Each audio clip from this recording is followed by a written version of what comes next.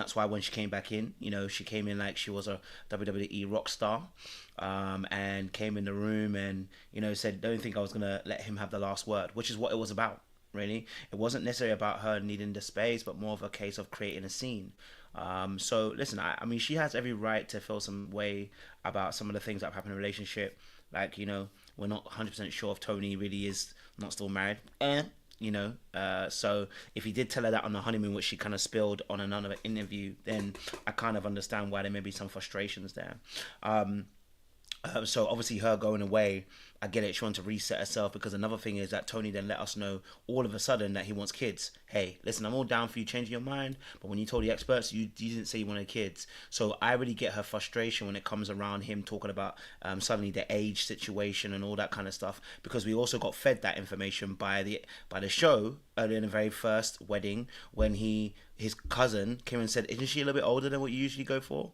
So we've been set up in this particular way to have this information fed to us over the course of the time, which did make me feel a little bit like the show is, I know it's scripted, but it made it feel even more scripted at that moment. But hey, let's work with what we got. So yeah, I did feel like obviously she was having a moment when she did that. And it doesn't take away from the things that she needs to learn. She needs to learn how to listen to people. She needs to learn how to take her time, and she needs to learn how to allow other people into a conversation and room. Because Tony may have done all these things, but that doesn't give you an excuse to act the way you did towards Tony, or even better yet, let's take Tony out of the situation, how you acted towards your other contestants or your other colleagues, right? So that's got nothing to do with Tony. It's to do with how your disposition is. So I felt like she was entitled to have her moment. I get it. She wanted to have that moment, but she also, just like, if she didn't like Tony going off, right, and you want the experts to hold him accountable, fair. Then you're gonna have to also be held accountable, because you didn't communicate, you didn't say anything, you just dipped off. Something that she may have to just deal with. I agree with you. And she keeps saying she wants to be treated like a lady. Tony started doing that, and she flayed him for that. He stood up when she walked into the room. That is gentlemanly. And she's like, "Don't stand up, don't stand up." He's trying to be the gentleman you want him to be. Don't like flay him for it. Just recognize it and understand it. I think she's so mad at him that she can't see gestures. She's so mad at everybody else. She's not seeing them just laughing at a joke and not laughing at her. Yes, Tony's 180 about wanting a family. It could be, I'm not giving him an excuse, but it could be you sitting here, you're looking at everybody else, you're looking at how she's talking about her kids, you're realizing you don't have any children at your age, and it's like, well, maybe this is something. So if Tony, you wanted to do this, maybe you could talk about adoption. You could have talked about another way of having a kid in your life. So while I don't totally buy it, Tony did shut it down from his cousin when he was trying to disrespect her at the wedding about her age. So that's a little caveat I will give him. But he's trying to be a gentleman. Let him be a gentleman. But she came in really swinging, and he said, "It's been a roller coaster. Let's leave." And she's like, "You're 53. Behave like one. Good riddance." Is that ladylike? Is that ladylike? Because we want to be treated like a lady, and we're not acting like a lady. Any other thoughts for Tonia Marina? Listen, I think there's like I said, we said it in the very beginning of week one. I think there's great opportunities for growth here for both people. May not be with each other, but I hope they're gonna learn the key lessons here. Tony needs to learn how to be more assertive, stop taking on things and just allowing it to play out. The way that he dealt with Marina, as much as I think she's a very fierce woman, Tony has to learn how to be assertive and let her know from the very beginning how he feels about things, so it doesn't get on top of him. And I think that's a really important thing for Tony in future relationships. Not just choosing a woman who can talk more quietly, because then you still haven't learned the lesson. So it's about being able to be assertive as well, and being able to talk up for yourself, so that you're not having to say at the very end, you're very, very beautiful, but you've got a personality. And we've all been there, where things get on top of you, and then now you're blazing the person, which we've all been there. But that's also an indication of the lack of ability to be able to be assertive. So that's something he has to really learn going forward as well. And then just being upfront and honest. Maybe he used the kid situation as an excuse to get out of this relationship. Who knows? But even that then tells me you're very passive aggressive, because then you should just say, "Listen, I don't want to be in it." You know what I'm saying to you, or I don't like the way you're behaving. Those are more assertive ways to deal with a situation. So hopefully he takes that on board. And for Marina, I hope she also learns. Although I've watched one or two of her interviews, it doesn't look like she's learned. It looks like she still believes that she's a victim, and I think she's been carrying that for a little while beyond this relationship. I just hope that she can do the work now externally. That even though you've been doing all the work, this relationship should highlight. There's a little bit more that you can start doing, just so that you're not reacting in this way where it's like every time she reads, like for instance, she's like, I won't be told to shut up. But I think that's not what we're trying to tell you. What Tony's trying to tell you is allow me also to function in this relationship as well. But she reads it as you're shutting me up, which is part of what abuse she suffered in previous relationships.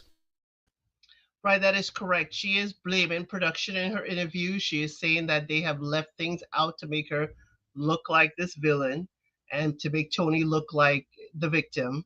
And there's no way we can kind of find compassion when she doesn't seem like she's learning anything. But to move on to the next, next commitment ceremony was non-problematic Jamie and Dave. Oh, they had a great family visit. You know, her mom, his family. You know, they're feeling warm and fuzzy. They think about the future. But while they were talking, I will be talking about this too. The whispers of Adrian telling Athena, "Don't talk about our family visit in detail." But Jamie and Dave are kind of non-problematic this week. But Jamie didn't want to be a fish mama. She did not want Billy leaving his fish children at her house. But Dave said, "We're going to take these fish in." Is that going to be our main conflict with this couple? Yeah, more than likely at this point, you know what I mean? Because they haven't got anything going against them. Shout out to them because that's a really good indication again, once more, that you are doing all the right things in your relationship as well. Because, you know, listen, hey, when I saw the fish come in the room, I too was pissed off. I was like, my brother, you had these fishes, take them with you. You know what I mean? Or find a stream and a pond. I don't know what. It doesn't have to be in my house. You get what I'm saying to you? So, to be honest, I was with Jamie on this one. I said, Dave, take them fishes. There is a stream. Billy's not gonna miss it. Okay, they are goldfishes. They'll find themselves another family. But yeah, no, it's a really good indication that they're doing really, really well. And of course, they asked her how she felt. She said she's really enjoying the relationship. You know, it's going well. You know, as well, and they're starting to feel fuzzy feelings. So, you know, I mean, it's taken them a bit of a while. 5 weeks to find fuzzy feelings is crazy. But you know, they're now starting to feel fuzzy feelings. So, it is so far on a good path, as well. And I hope to see them, you know, more and grow. As I always said, I do believe that all I'm ever asking, I just need them to shut up about other people's relationships. I get it that they want to stand up for people, but my thing is, whenever you start putting your hand in other people's pots, your hand's gonna get burnt one time, and then your hand's burnt, but then your hand's burnt in your own relationship. It's just no. I think you just need to just, like I said, if you want to call out people, pull them to the side. All this, because you gain secret enemies. I think that's the main thing. It makes everyone think like, oh, you think you're better than us, and it's human. It's human. You know, psychology of how people feel to it. They don't look at it as you're helping me. They look at it as you're trying to call me out to look better. And so again, Dave this week again once more called out Adrian. I mean, I'm glad he did because someone needed to. But my thing is, again, that's why the experts need to be experts. But you know, my thing is actually, bro, you probably need to call him to the side and talk to him, because doing this in the public again once more, if this is a, like for instance Adrian and Athena, their situation, if all I could think of was, you're even lucky you got a response from Athena, because if this is usually, and I don't like to say it, it's almost getting to a point where Adrian and Athena looks almost abusive. So when you're dealing with someone who's in an abusive relationship, you calling out that man actually doesn't help you at all, because in most cases that woman will end up defending him, and then you end up getting burnt. So that's why I was like, it gets to a point where we have to start realizing it's not everything we can call out at that point in time, and rather there are different ways to skin a cat. And I think we need to find different ways of skinning a cat. Right now, we're just skinning it by, you know, bludgeoning the cat, and it's like, find another way. Yeah, Dave. If Dave said, we heard you trying to, quash her voice while on the couch, that's one thing because that was done in public. But you're correct. Calling Adrian out in a public setting isn't going to have the desired effect that you want, because he may take it out on Athena later. He's already heightened in getting Athena to not speak and not talk. But we'll get to Adrian and Athena. But yeah, Dave is he needs to watch it because their great relationship is getting borderline preachy. And what you don't want to be is like preachy, like, look at us, we're doing so well, so you should listen to us. So I'm hoping Dave doesn't fall into that category. Jamie talks well about the relationship, but it seems like Dave is kind of like, listen to us, we're the old married couple. Now, one couple that I did not think was going to have a great week, but they had a stellar week. I was quite shocked, quite amazed, and loved it for Ryan and Jacqui. Their friends came and did a phenomenal job in explaining or translating how the other one can talk to each other and translate exactly what they're saying to each other. Because Jacqui's friends were like, yes, she needs a lot of attention. Yes, she needs a lot of effort, but it's not a whole big grand gesture effort. And his friends are like, hey, he hasn't been in a relationship in a long time.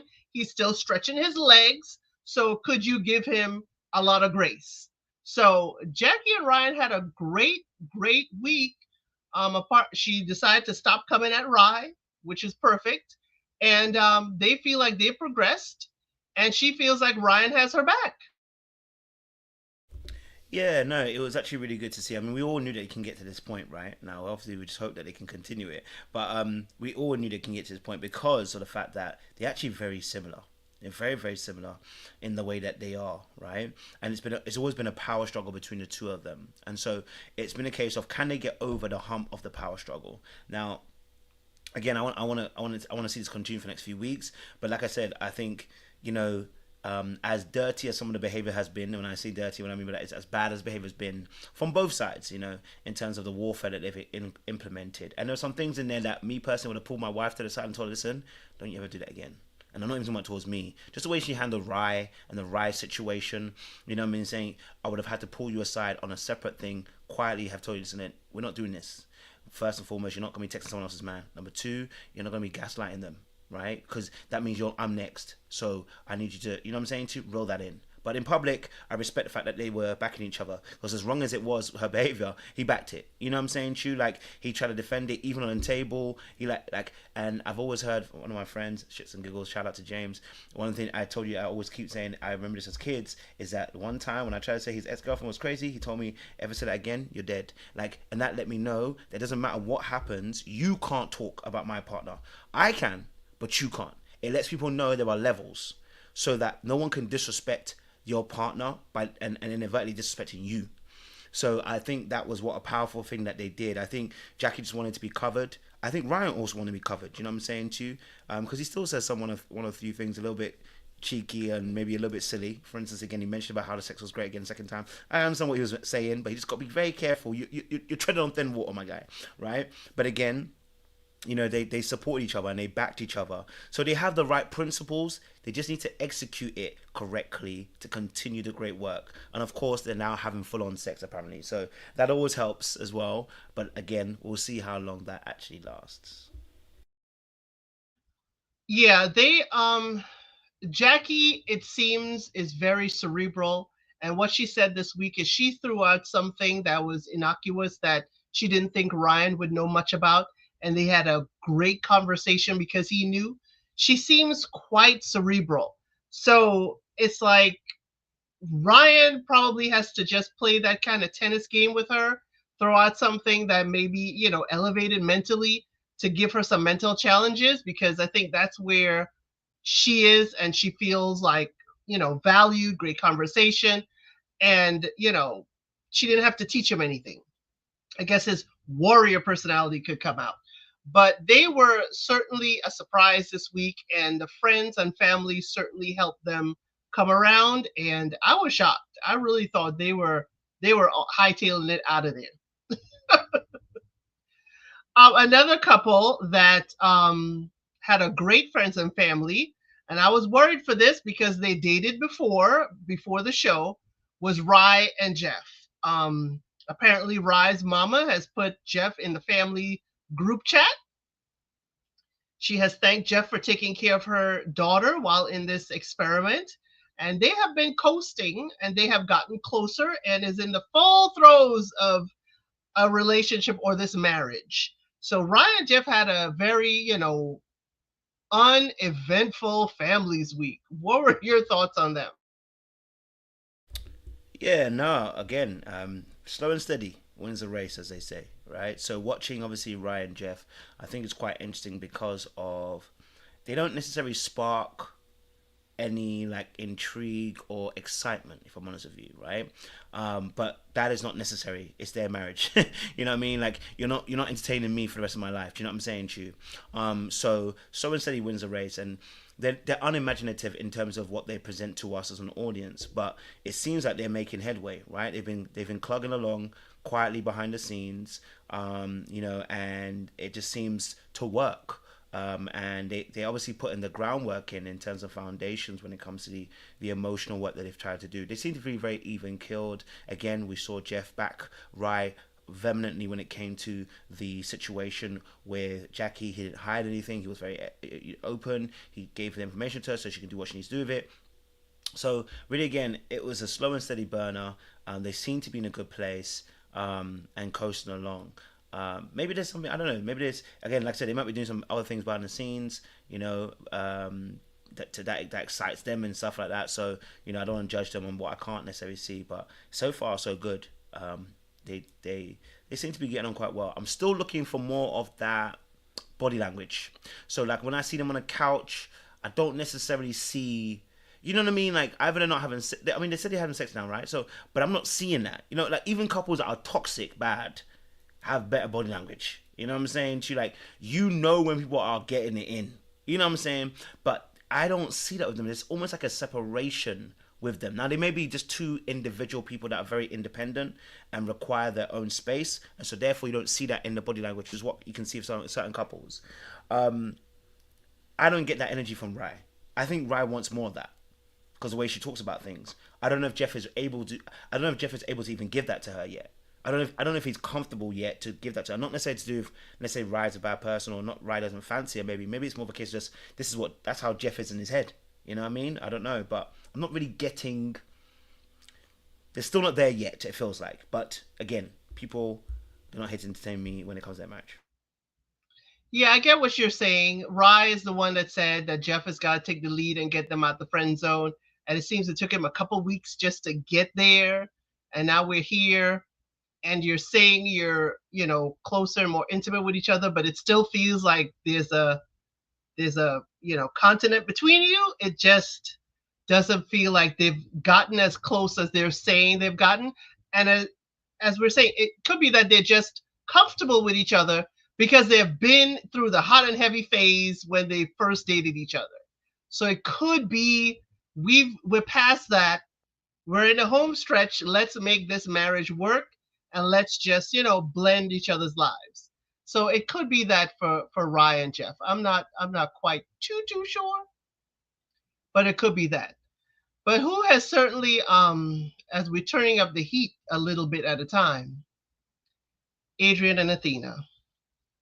This week when I started the live, I had mentioned that the family visit, how it got really, really, really loud. It was Adrian's twin sisters and his best friend, and the best friend gave kind of a snippy remark as to whether Athena was a good mother or not, and that hits home, especially with someone who's missing and away from their child. And Athena's sister was like, not on my watch, okay? Not on my watch.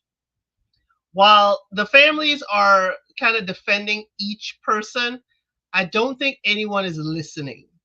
I don't think anyone is listening, and no one's even noticing that Athena is being muted. Even on the couch, even around the other couples, Adrian is whispering, let's not talk about this, let's not. The most backbone I saw her have was at the dinner party when she called him out and said, you don't want to talk about it with the group, but you said it already, but you don't want me to talk about my side. Okay, I got it. So Athena, all I could see is just her shriveling up. I just wish she would say leave and just leave. I don't know why she's continuing to do this because Adrian seems like he's just here for the promos. What are your thoughts on them? Well, listen, there is accountability on both sides that needs to be taken. That conversation with the friends and the family was one that was for the ages, right? So I think, first and foremost, they have passionate people on both sides. Of course, Athena's sister was outnumbered. They're 3-1, 4-2 in a sense, and very strong on that particular side when it comes to Adrian. I can see why Adrian is the way he is. It's giving that Adrian has a lack of accountability and is able to gaslight, manipulate, and all those things because he has got away with so much in that family. You know, sometimes when you're the two boys and you got surrounded by girls, and you know what I'm saying, you can get away with that because he's lacking accountability and self-awareness of where he makes mistakes. And usually that's a tendency of behavior that you've been privy to for a very long time in your childhood, where you are allowed to get away with certain things. Oh, it's just Adrian, or you know, boys will be boys kind of energy, rather than actually really being told this is bad behavior, this needs to stop, this needs to change, this needs to see it differently, you need to be responsible here. And I didn't really see that with his sisters. You know, if anything, the sisters should have been actually, I'd have thought the sisters, and I said this with of course, not them to go all the way to Athena's side, but a little bit like, hey, you know what, it's another lady, you know. Let's just listen to her a little bit more, or maybe even ask a few more questions to kind of understand both sides, right? In a sense, they were ready to almost place the blame on Athena, and without really fully understanding. And of course, he had told them stories, so it's only natural that they are gonna probably have more of that energy. But you know, as you mature and you get older, it's about being able to weigh up multiple sides so you can able to really get the full story across the board. You know what I'm saying to you? Like, I have little sisters and I have little brothers. If they tell me a story now, I'm not going to be like, yeah, I believe it. I'm like, all right, I hear you. So what? Wait, give me the other side. What's going on? Because if you give me one side, I cannot even give you full advice, because really and truly, I'm only hearing your perspective. You know what I mean? So the sisters were on 10. Like, you know what I'm saying? The sisters were on 10 and ready to shoot and kill, which I hear it, but it gave that the brother can't defend himself. It's almost given that you the older one and you've always been defending Adrian, and so it's almost like Adrian can throw a rock and then be like, my sister's gonna defend me, so hey, you can't. Do you know what I mean? That's how it felt like. So I was disappointed in that, and you can hear it because after they left, the way they were talking about the situation, right? You could hear that it was that kind of situation. I think what I would say where I do agree with them is that they were holding Athena to some little bit of account, but it's the way they did it that didn't allow for it to land. There is questions that need to be asked. First and foremost, Athena, if you know you done told this man you're not going to talk about your kid, you cannot then turn it around and be like, he hasn't asked about my kid. What were you expecting? You know what I'm saying? Oh, I started talking more about my child, so I expected you to ask. No. We can't be doing that. I expect someone to ask. You told a direct command that he should not talk about your kid. At that point, be accountable. And I saw her dodge that and reflect that, and I said, no, that's not it.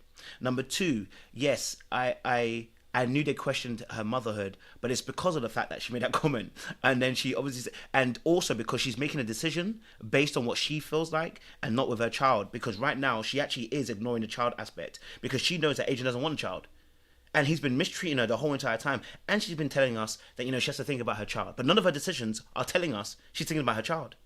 So I can see why they questioned her. But again, I'm not saying she's a bad mother. I don't think she is. I think she's somebody who's got caught up in an emotional state. And those emotions are wrapping her up. But it shows us where there is a weakness in your behavior and where you need to do some work to really improve. Because the priorities are being shifted. This week was even what threw me off even more, and I hope that they edited it in a way that they took an old conversation with Athena and deposited it here in their confessions. Because this week when they were talking about going into the into the experts conversation, she said, "I hope it brings us closer together." I said, "Athena, where? You're supposed to be separate."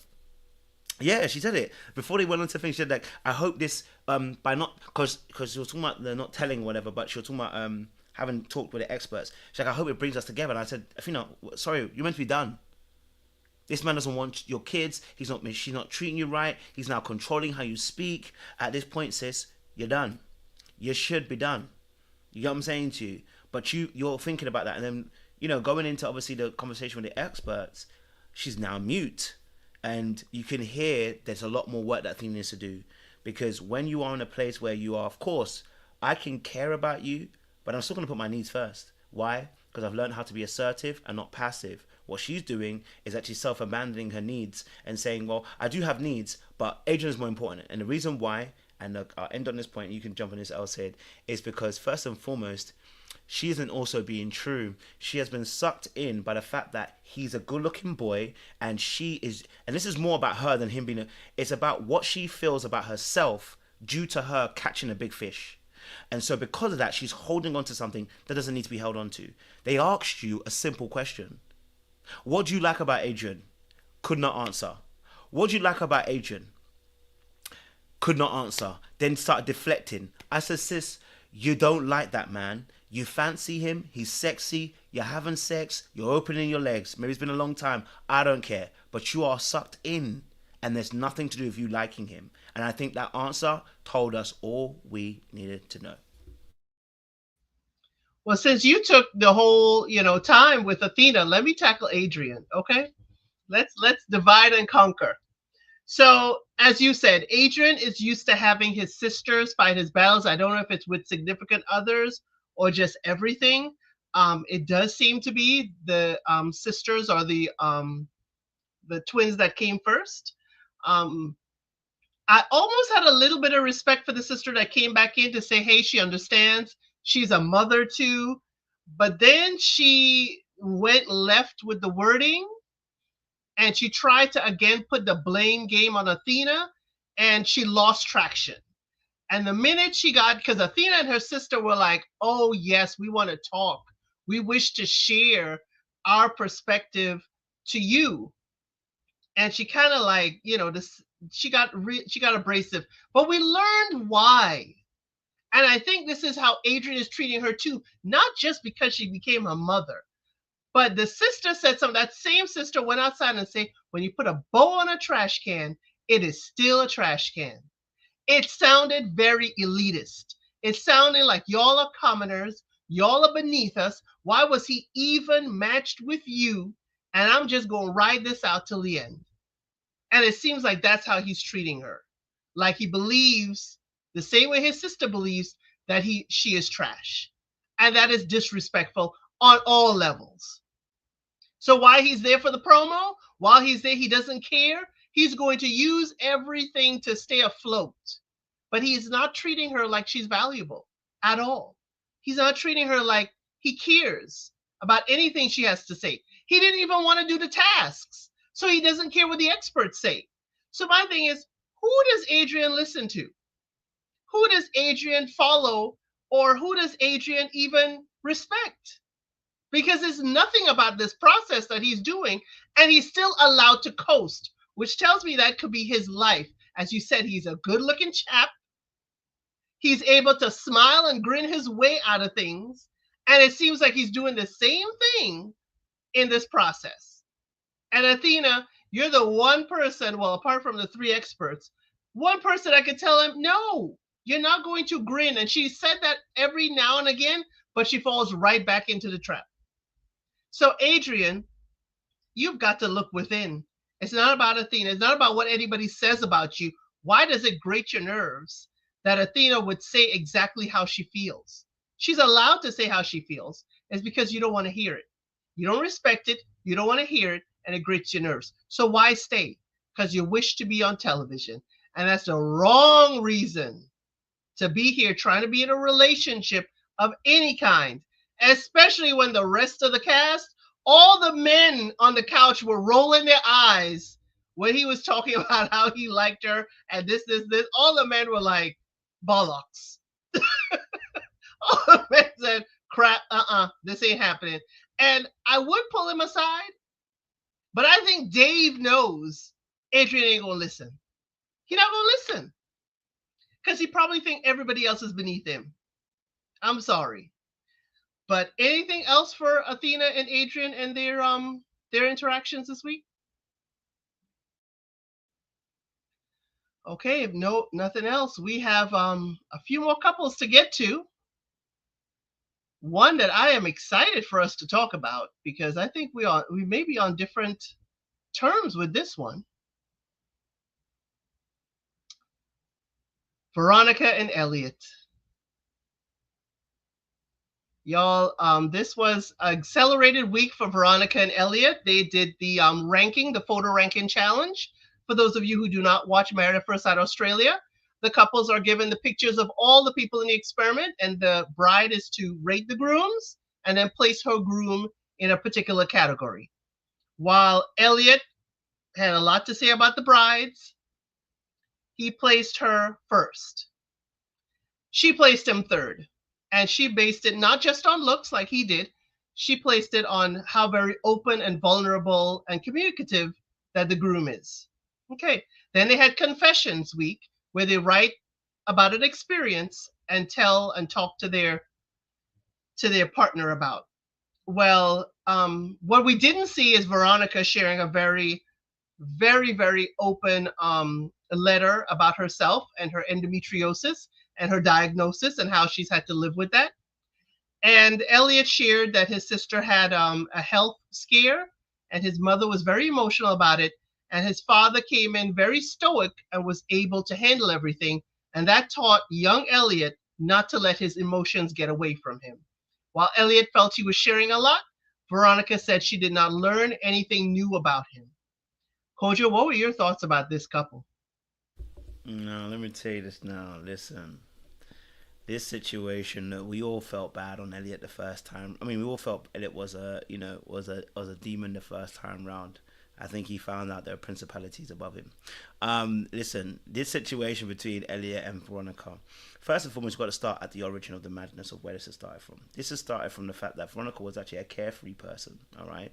But she went and saw something, which was with Elliot and how he behaved in the diner's lounge. This sets the tone. And unfortunately for Elliot, Veronica is now seeing that and going, my friends warned me of something. Now I'm seeing something. I'm not going to be a victim. Unfortunately, she's gone almost too far, where now she's lacking the ability to empathize with what everything was going on. But that's actually the origin. Okay, now that means that there probably should have been more of a conversation with her and Elliot to really kind of flesh out her feelings. That actually she was starting to, I mean, she mentioned it when they spoke after, but to say, hey, I don't feel safe, what I saw that day on the dinner table, you know what I'm saying to you, rather than telling her she can handle it, which is probably what she's done all her life. At this point, you didn't feel you can handle it. And then you went to have a conversation with the woman in question because you actually identified with how she felt and you felt some level of sympathy for her and the fact that you're also dealing with this man. And then Lauren then obviously put 2 on 10 because Lauren herself is a problem. But then put 2 on 10 and spoke about how bad he was, etc., etc. And whilst I do think Elliot is bad in a sense, one thing that I always respect about him, and I tell it from the very beginning, is that he's true. If he don't like you, he don't like you. He ain't here to do all that stuff and mince his words and mince how much he's going to be around you. He said that from the very beginning. If I don't like him, I walk. I respect the fact that man says it says he's going to do it. He did it. He walked. After 4 days, whether you like it or not, whether it was childish or not, there were some things in between that he could have been done a bit better. I agree. The way he spoke about Lauren to try and get out of the situation, I hear it. But he walked, right?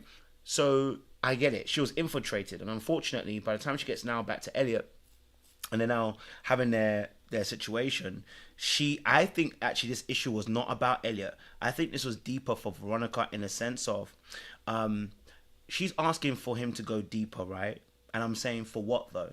Because he gave you something deep. He gave you something that he had experienced and it affected him. Now, maybe you wanted him to package it in a different way and be like, for me personally, but he actually explained it. He said, listen, this situation with my sister, this is a very deep situation. I felt pain here. I felt this, I felt that. And said, he said, obviously, the world was ending, right? And these are words, okay, they're not necessarily deep feelings in terms of describing emotions, but that is explaining somebody's feeling. So what we need to be doing is asking more questions without the judgment. And that's where she went wrong. She started judging him because then she put him in a category. And when she did that, when she put him in a category, that was on her.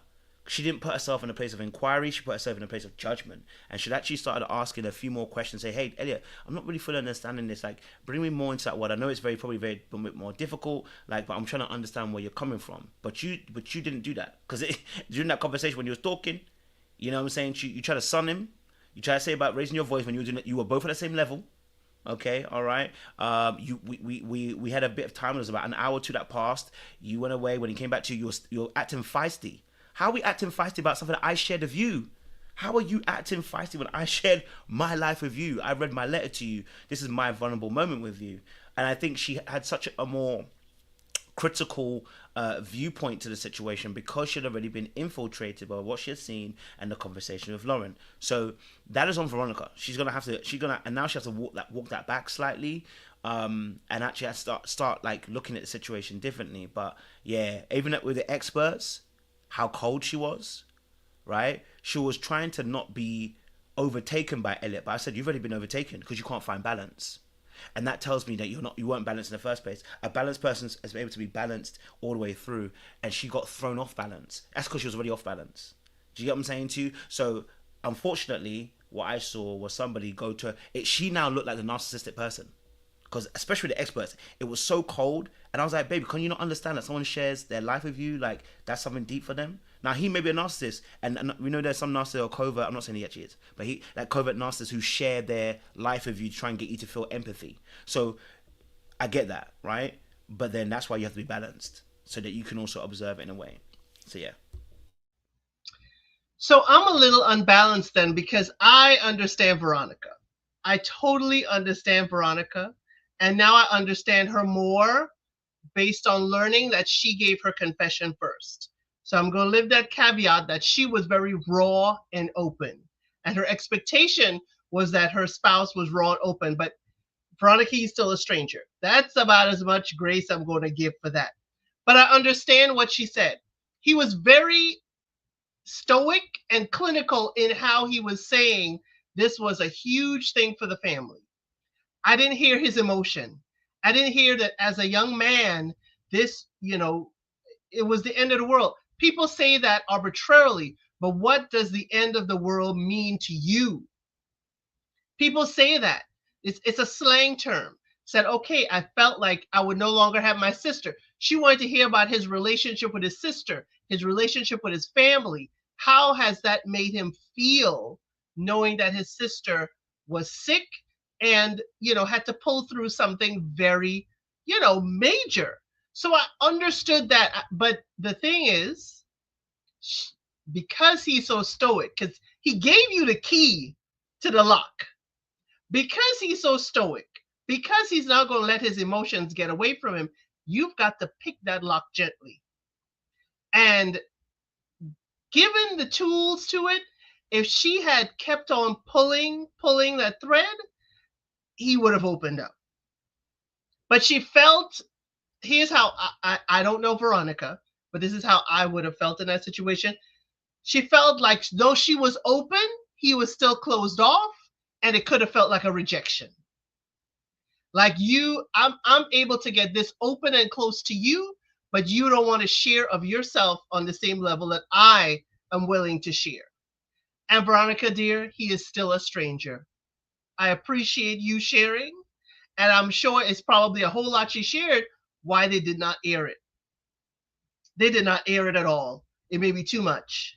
So I would say in all of this that Veronica was listening, but she was listening with her heart and not her ears, and her heart was bruised. And so she could not hear him, and he could not hear her at all.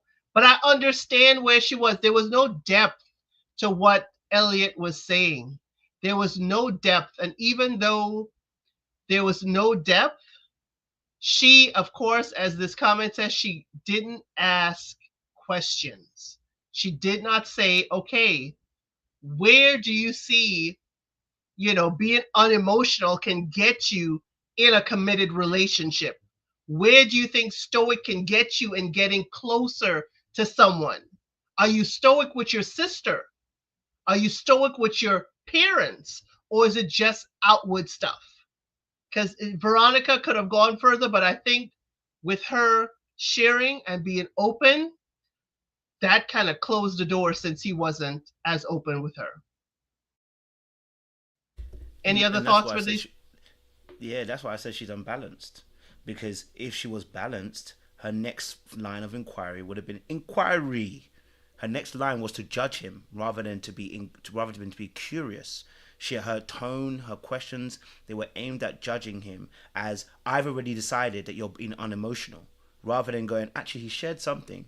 I'm not fully understanding. Like, bring me into that world a little bit more so I can understand where you're coming from. You said, like you just said, he gave you the keys by giving you a little bit of a roadmap. He started a roadmap by saying, this event is what led to my stoicism.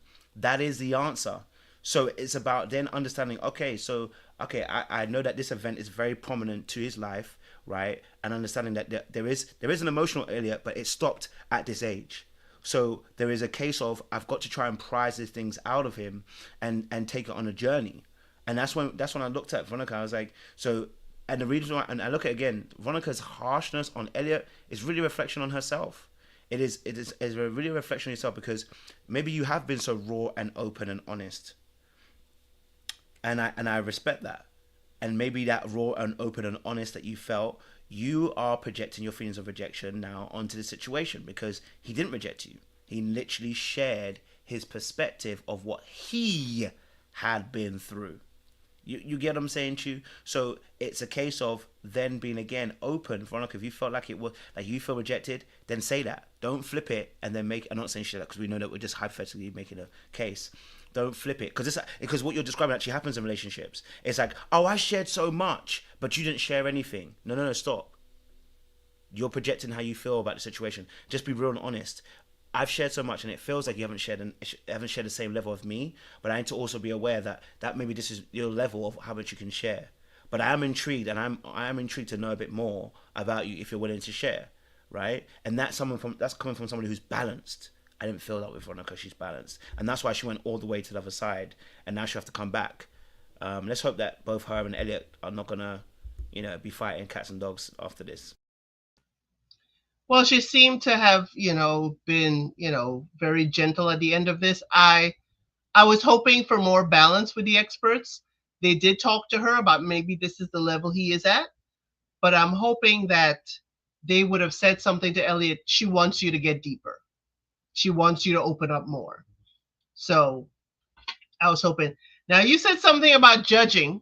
Okay. You said something about judging. And there's another bride who is judging her husband. And they said that he did something. And they said it was going to be like scandalous. Lauren and Clint.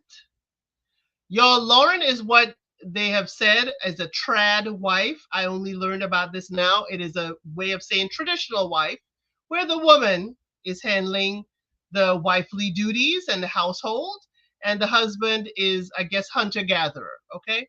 He is protecting, providing, all of that stuff. Lauren is thinking Clint is not alpha enough. She wanted an alpha male husband, okay? But Clint is getting spray tans, okay? Clint is going for spa treatments. And the most horrific thing that Clint did this week, two things he did: do the laundry and wash the dishes, okay? That has turned Lauren completely off from Clint. But the other wives were like, Clint, come over to our apartment. If you feel like washing the dishes, she don't have to see you. You could come wash the dishes at our house. So there seems to be an attraction level here that's kind of missing for Lauren. I'm not sure she doesn't understand the alpha she's talking about, because she cannot describe it. Because if she really wanted alpha, technically, Elliot with his bad behavior could be considered alpha. Ryan and his warrior self could be considered alpha, and he daggone sure won't be washing the dishes or taking his shoes off at the door. Is that what she wanted? That kind of husband? Clint is quite courteous, gracious. He has the money and life of luxury that she wanted and wished for in a husband, but he just wants to do the laundry and be nice. He even folded the laundry, ladies. He even folded the laundry and had it waiting there for her when she had to go out. Okay? So that is the slight that Clint did to Lauren this week. What are your thoughts on Lauren and Clint? Yeah, listen. I mean, she's not lying. He's not an alpha. He's not going to be an alpha. Do you know what I mean? So we're going to have to leave and let him be. But I do understand her sentiments. She's explaining it wrongly. And that tells us she doesn't fully understand it. But what she actually is talking about is a particular energy that she wants from him. But there's a mixture of energy she's asking for. She's asking for somebody to be a bit more assertive. Okay, I think that's what she's also saying. But she's also talking about how that then plays a role in gender roles and how she sees herself as a woman. She sees herself in a particular gender role. And that makes her feel most feminine and makes the man, in her eyes, feel the most masculine to her. And I think it's a very stereotypical way of looking at things. I'm not against her. I mean, if it was a man saying this, they would all be killing him. But I mean, I'm not really against her saying this in terms of like wanting that particular aspect. I think the issue we're having is her inflexibility to be able to understand that this is actually a man who's actually got the provider spirit in him, who wants to protect, He's an intellectual. He seems to be very intellectual as well.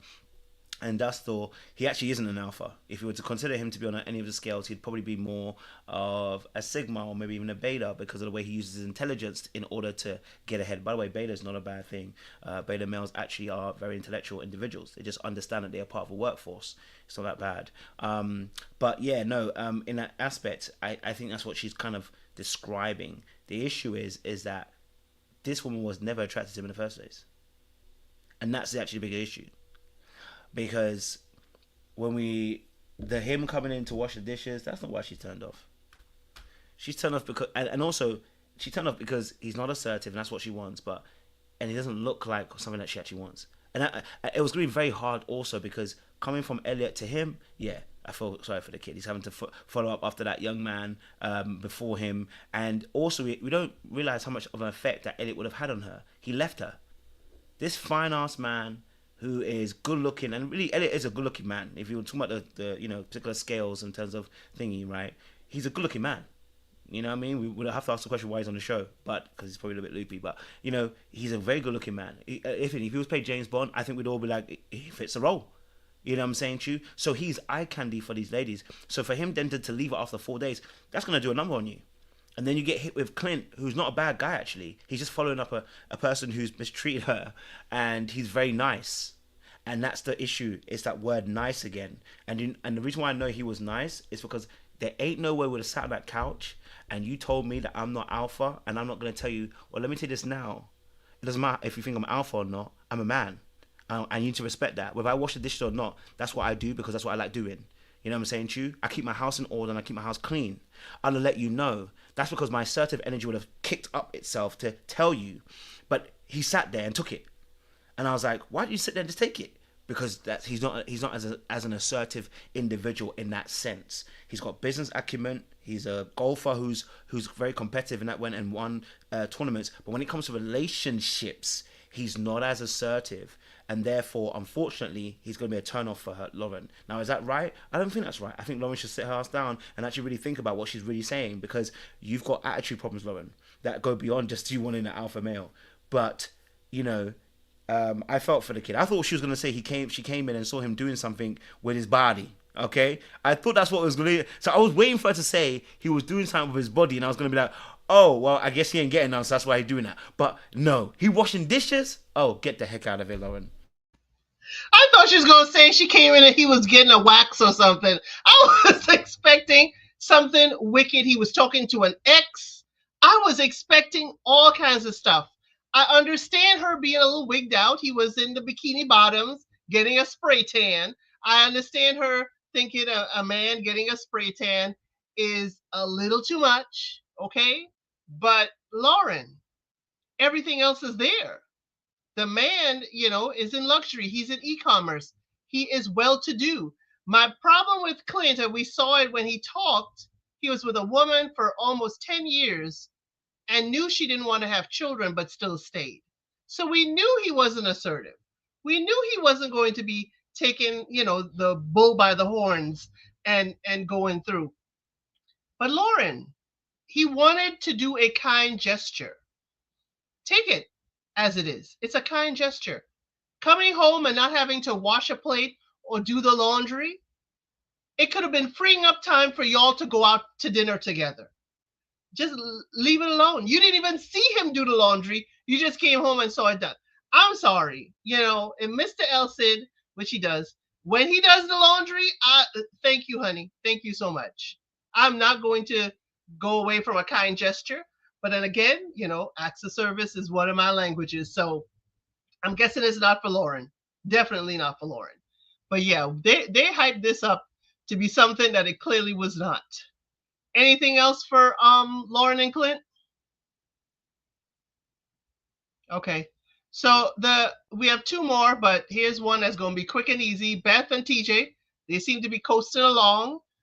They did all the confessions and everything. We don't see a whole lot about them at all. We just know that they are going along, but I still don't know. What does 2 glasses of still water mean? Do you know? He says we get along like 2 glasses of still water. And I looked it up, but no. I looked it up, I thought I had something, but no. I looked it up, but people in Australia haven't gotten back to me yet. Like, it's supposed to mean we're harmonious. Okay, yeah, there's nothing ruffling the waters, I guess. Yeah, okay. I guess so. I get that. But He must have made anything up to say about them? If honestly, nah, listen. Nah, there ain't nothing I can say. Okay, so we go to the main event. No pun intended. Okay. Carina and Paul. Okay, so Carina and Paul went out with Jeff and Rye. Apparently, it was Quavo on the radio. Okay, it was. Yup. Carina said that she was with him back in the day, and Jeff and Rye laughed, and Paul did not. Okay, and Paul had a reaction about her sharing one of her past interactions with the gentleman. Okay, so when he was back home, he got mad that the talk escalated. He punched the door. Now we've heard the wall, we heard the door. It has changed, but the police have been called in to investigate. And that is where we are. And the experts were like, why should we not kick you out right now? The one thing I will say on that couch, Carina is saying she's not afraid of this man, and I will take her at her word. But while they were sitting there, Carina never changed frame. Carina sat straight and stiff, and he's holding on to her. He's constantly touching her. He's leaning in and holding and grabbing her, not grabbing in a mean way, but just anchoring himself to her, and she never changes frame. What are your thoughts about Paul and Carina? You know, when I first heard it, yeah, I was like, you know what, he's been such a good lad. You know what I mean? This is a mistake. You know what? I understand it. Let's move forward. Maybe let's not make too much of this. But as I sat with it, I said, actually, this is crazy. You have to deep the context of why he punched the wall. This is not like we talk about the Alan situation from Married at First Sight. You know, he had just found out his wife just cheated, right? And I still gave him a little bit of hell about that, right? Because I said you can't be burning stuff, right? And punching things. But this situation is what we call retroactive jealousy. And actually, there should be none of this kind of energy that he's bringing, right? Because she said she slept with and I don't know if there's a little racial thing in there as well. Now I know it's Quavo. I don't know if there's a little racial thing in there that a black man's been inside. I don't know if that's a little something that's going on as well. But I'll say less of that. But just the natural thing is, I get that we can all have insecurities, and we all do, right? So maybe hearing that story of somebody who is more powerful than you, has more money than you might even class maybe better than looking at you. We don't know. I mean, that's up to debate. But whatever you feel like, right, that he may have better attributes than you, right, can make you feel some way. I'm not discarding that at all, right? So you might have had a moment. You might have felt quiet. You might have sat there in quiet silence. You might have, been a little bit annoyed or whatever, right? I would have understood that. I'd have said he's been a bit petty, been a bit, But okay, you know what? He was in his feelings. Yeah, we've all been there. But then for him to explain it as he got annoyed because she said it, and by the way, it was within company, not like it wasn't even everybody. It was just Jeff and Rye. So within their select company who are good friends of theirs, her mentioning this aspect, right? He mentioned that she said that about how she slept with Quavo or whatever, or she had sex with Quavo or whatever. You know what I'm saying to you? Now, of course, listen, I don't really want to hear, you probably don't want to hear your partner say I slept with somebody like that, right? I can understand that again. That's what I'm saying to you. That would have been understandable for him to be like, go quiet, not want to talk, maybe had a little argument later on. It would have made sense. We probably would have said, listen, you probably just need to go up a little bit, but they're cool, right? To get home and you're still carrying that energy to a point where you want to punch a door, a wall, it doesn't make a difference, because they now had an argument about the way that she said sorry. And he actually explained it on the couch, which made it even worse. So when he explained it, I thought, no, you are a problem. Because now what you're really saying is, she apologized, but because she had said sorry, I think she said sorry, was it my bad? Something he explained it like, sorry, my bad, she said or whatever, and he said that she had said this before, and he told her before. That's what made him feel like she was not actually being true about the sorry. And you're probably right, she might have just been saying sorry just to appease you. She ain't really sorry. But you know what you have to do after that? You probably have to have a conversation. The next thing to do is go and punch a wall or a door, okay? And I know she wasn't, I think she was asleep, wasn't she, when this happened, I think, or she was next door or something like that? She was awake. She was just laying on the bed with her back to him. Okay. So, and then he went and punched the door. Okay. And I'm explaining this for a reason because we actually need to actually flesh it all the way out as to why I said it's very, very serious. And then punched the door. Now, here is where I think, okay, this is a crazy story. It's mad. It's bad. That's actually not where I actually got more alarmed. It's actually on the couch that I was alarmed. The amount of crying that he's doing is making me feel manipulated, and I don't like it, number one. Number two, when you described also her body language, there was something else that was also happening. There's something, and this is where it made me feel like he could be an abuser. And I didn't want to think that. I didn't want to think it. But at this point, I started thinking it. When this situation is happening, that he's trying to comfort her, but he's the one that's breaking down. And there's a hand on the shoulder, and you can see it. He's squeezing. And I said, that is the abusive aspect. That squeezing that he's doing is where you're about to start your madness later on down the line. Because if I've done something like that I've never done anything like that, so I don't know. But I'm not about to now put my arm on you and I'm now squeezing your shoulder as if she's the one that needs help. You're the one that needs it. You're the one that needs comfort. You're now squeezing her hand. Her knee is what her leg. He was squeezing her leg to kind of like almost as if he was trying to comfort her. But it felt like, you ever read the story of Mice and Men? Lenny, the big ass dude who then, unfortunately kills a woman, unalives a woman, and it's because he's too strong. That's how I started feeling with him. Every movement now became too heavy. And I said, his emotional state and this squeezing that he's doing is where the punch came from. And he'll do it again. Because he doesn't have his emotions under check. You are trying to show me that you're remorseful, but the behavior is showing me you're about to do it again. So that squeeze on the shoulder, squeeze on the knee he was doing. At one point, he had to put his hand in between his thighs. I guess maybe he didn't want to show his fist, but it looked like you were trying to hold yourself back. I said, nah, you are a problem. And I didn't want to see you like that because I felt that you guys had such a great run. But I'm now seeing that your overly emotional state is what's causing you to lose control. This is not going to be a one-off because of the way you're doing it. The overreaction of the crying and then wanting to go into her body and everything like that, it was just too much. I said, nah, this is where it starts from. It's normally Negroes that are like this emotional, trying to show you that how remorseful they are through crying, that usually are the ones who do this and tell you sorry later on. So I understood why she was saying she wasn't afraid, because he hasn't shown that behavior probably yet. So I can understand why she might have said she wasn't afraid. But like you said, that body language, I think if he hadn't reacted the way he reacted on the couch, the way he's been so emotional, and he's almost taken up all her oxygen. If he hadn't done that and just kind of sat in his set and then said, listen, look, I know where I've gone wrong. You know what I mean? Then maybe, and I had to put my hands up, but it was the consistent crying like a child does to you when they know they took the cookie out of the jar and they know they're about to be told off and they're trying to manipulate you so you don't tell them off. No, we're going to tell you off. We going to tell you off. And that's how I felt about it. And I said, he going to do it again. Great analogy with the kid in the cookie jar that know they've been wrong and know that the principal done called home, and mom and dad about to read into you, and you just want to be remorseful so that punishment ain't gonna land as hard as it really should. But the stoicism after he was, as you said, squeezing her shoulder, holding on to her, it kind of gave me like a deer when they heard something. It's like, I don't want to make too many sudden movements. I don't want to trip him off and send him into another tailspin.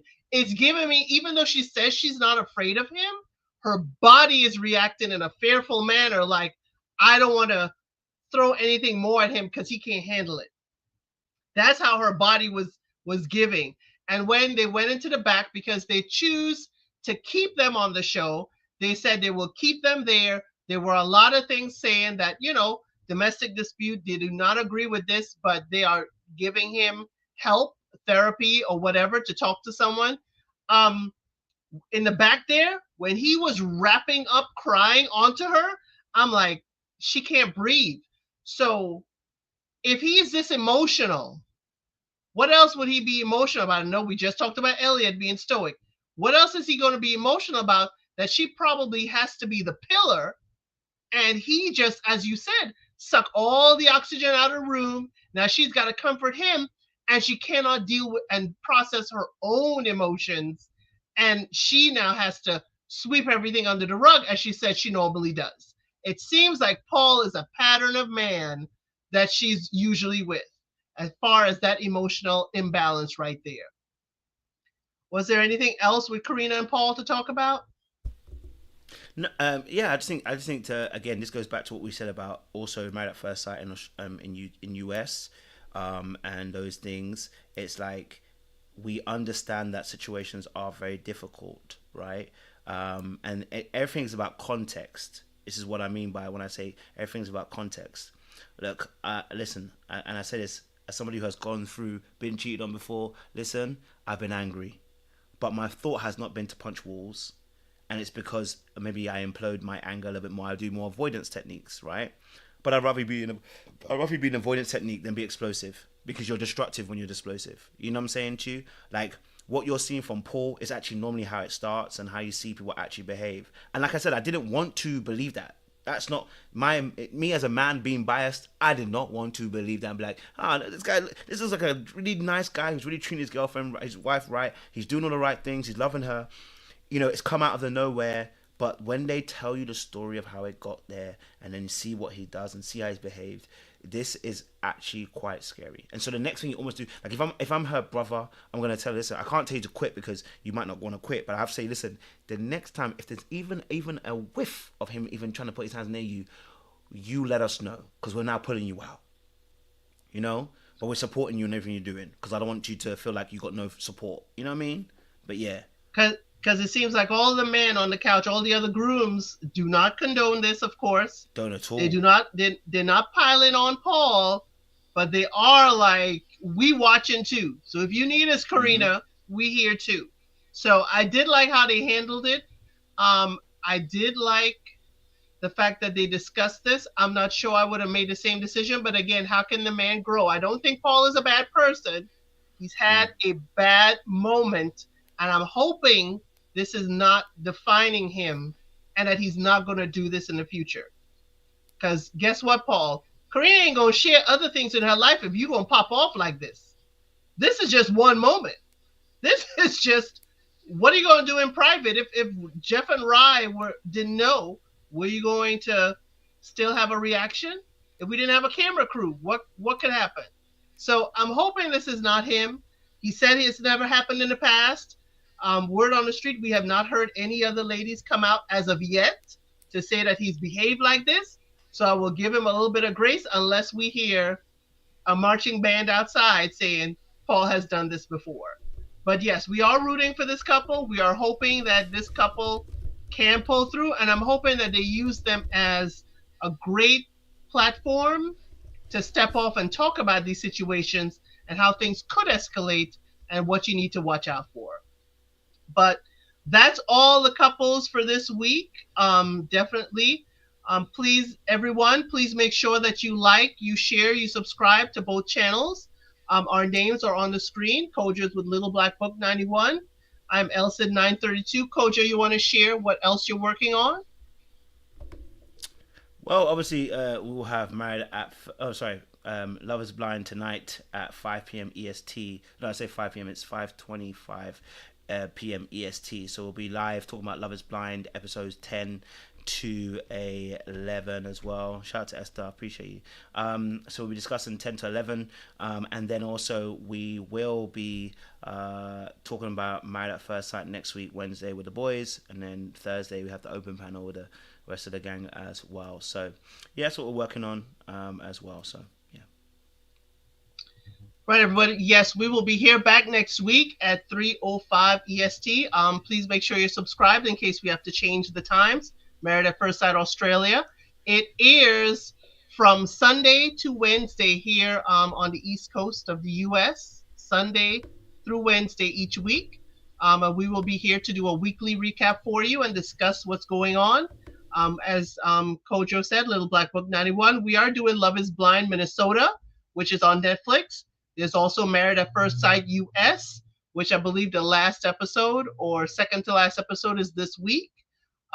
So please continue to join us and follow us. And I'm also doing Ready to Love, which is Ready to Love Philadelphia on Fridays at 9:05 EST on another round JS with our good friend Jay. So we have a lot of stuff to keep you entertained each week. So I appreciate you all, and we will see you next time.